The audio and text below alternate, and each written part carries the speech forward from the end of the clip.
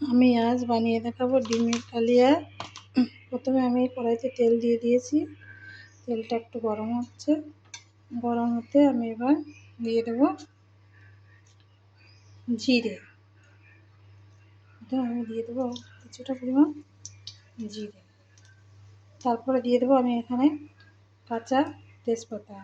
আপনারা চাইলে শুকনো তেজপাতাও দিতে পারবেন। দিয়ে দেবো কাঁচা তেজপাতা।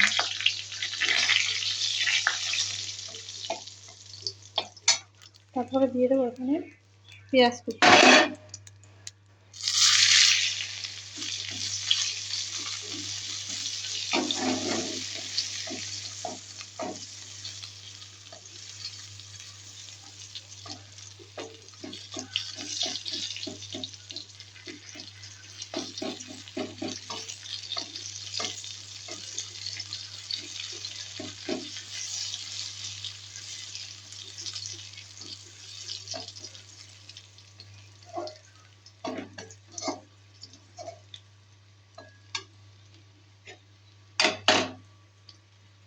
পেঁয়াজটা একটু ভাজা ভাজা হয়ে এসেছে। এবার আমি যে মশলাটা করে রেখেছিলাম এখানে লঙ্কা, জিরে, রসুন, আদা পেস্টটাকে আমি এবার দিয়ে দেবো।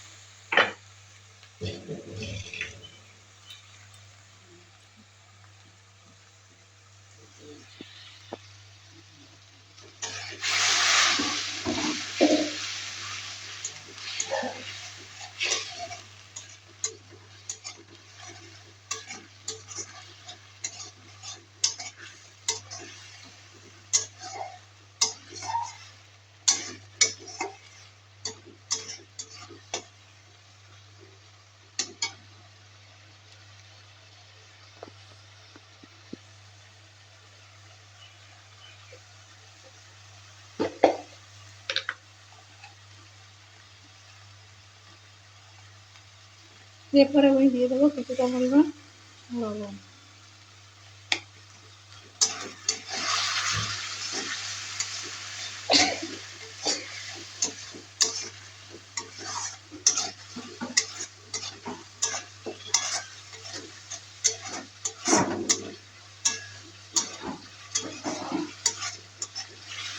এখানে আমি আগে থেকে সিদ্ধ করে রেখেছিলাম আলুটাকে, আর এখানে ভিজে রেখেছিলাম ডিমটাকে। এবার আলুটাকে আমি দিয়ে দেবো।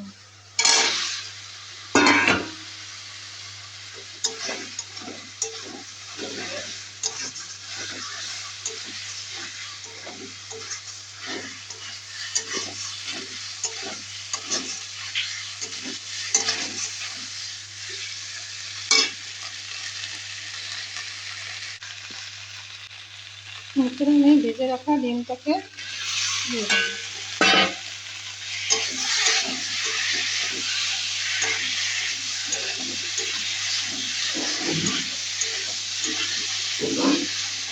আর দিয়ে দেবো কিছুটা পরিমাণ হলুদ গুঁড়ো।